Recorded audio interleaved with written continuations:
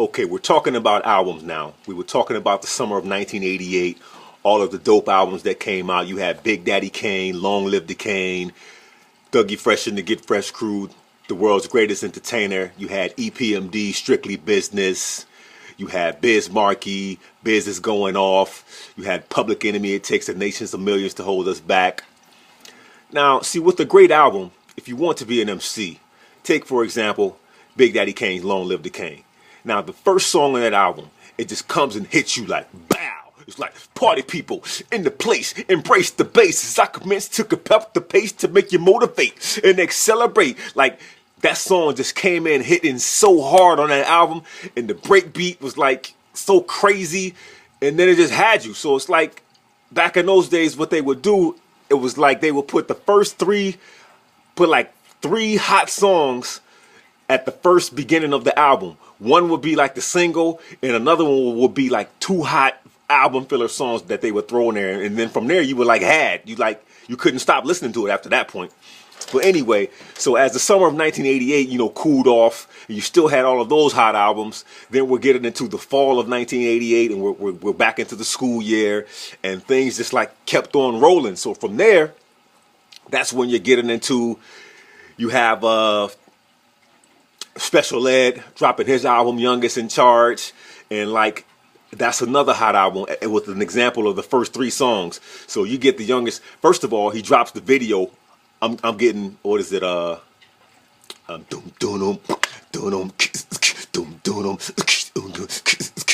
Got It Made. So first of all, the video is crazy dope. The song is crazy hot, and then he drops the album. So like I said, first song on the album is Taxin. Now Taxin comes in with the crazy go-go, got the Kangol drums behind the beat and everything. It's crazy production by Howie T. Then after Taxin comes I Got It Made, I think, was the second song. So that's crazy. That's already the single that's blazing. And then after that is I'm the Magnificent. I'm the Magnificent. I'm the Magnificent with the sensational style. And I can go on and on for like a mile a minute. And don't get it confused, kids. That's a Special Ed song. That's not the big fat guy. His name is escaping me right now. But that's not his song. That's in a Special Ed song. But anyway, so that album was blazing. The first three tracks were hot. And then after that, you're enthralled and you're getting into other tracks. So that was a really crazy album out at that time that had an influence on me. It was produced by Howie T. So Howie T at the time, he produced The Real Roxanne. He produced a couple of joints by her. And I think he even produced some songs for UTFO. So he was a well-known producer at that time. And then let's even go back and talk about the producers. Like you noticed of the albums that I was talking about before, I talked about Kid and Play. And then I talked about Salt and Pepper, Salt with the Deadly Pepper. And so the producer of those albums was Herby. Herby Luv Bug. His name was Herby, quote, Luv Bug, Azor. And like Herby was just a dope producer to me. It seemed like everything that he touched just turned to gold. Like first he produced Salt and Pepper, their first album, which I don't remember the name, but they had I'll take your man, take him right out the box and put him under my padlock. So that album was crazy. Tramp, what you call me? So Herby did all of this production. And then Herby was also producing, even before Salt and Pepper, around the same time, he was producing Dane.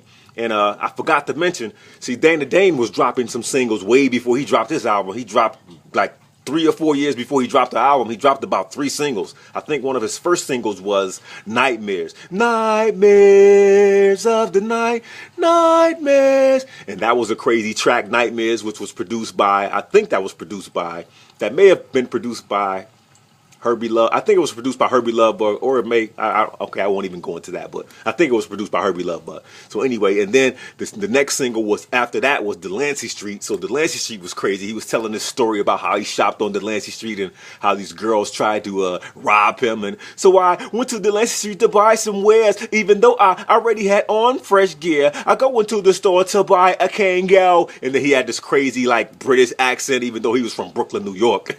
So, but that was the thing of the Kangol crew that he was in to rock that accent, which they all got from Slick Rick because he was from London or somewhere over there. He was from England, and he came with his accent, so they all kind of copied that accent off of him. That was the Kangol crew with Dane, Slick Rick, and a couple of other guys who were they all got together at the New York Arts Seminar School or something like that. That they all went to the high schools, the School of Performing Arts in New York that they all met at, and I think even Jazz, which was he was like Jay-Z's protege. He went to that school also, and he was down with the Kangol crew.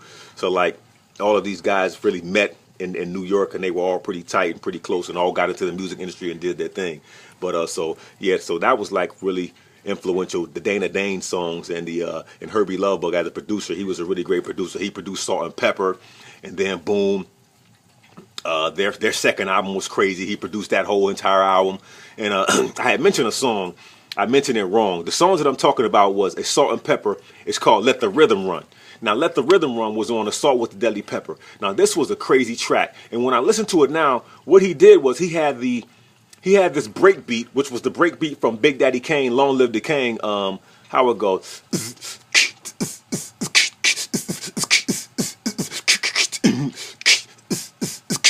That beat. And then interspersed into that beat, he also, intertwined that with the funky drummer. Like, I just realized this about 2 weeks ago. And this is 2014. Now, when that album dropped, that was 1988. So I just realized this. And like, that was a dope song to me. And he had this, yeah, hey, yo, Salt, are you ready to work it out? Yeah, I've been ready to work it out. So let the rhythm run, huh? The rhythm run, what? Let the drums run. Yeah, the drums is done. And so that was the crazy track that he produced. And then he produced Kid and Play, Do This My Way. That was a really hard track on there. Hola, hola, eh. Go, go, grow, a Kid and Play now. And then that track was crazy on there. Last Night was crazy on there that he produced. And I mentioned Getting Funky. It wasn't that he interspersed those two break beats, but it was just a crazy, like, funky track. And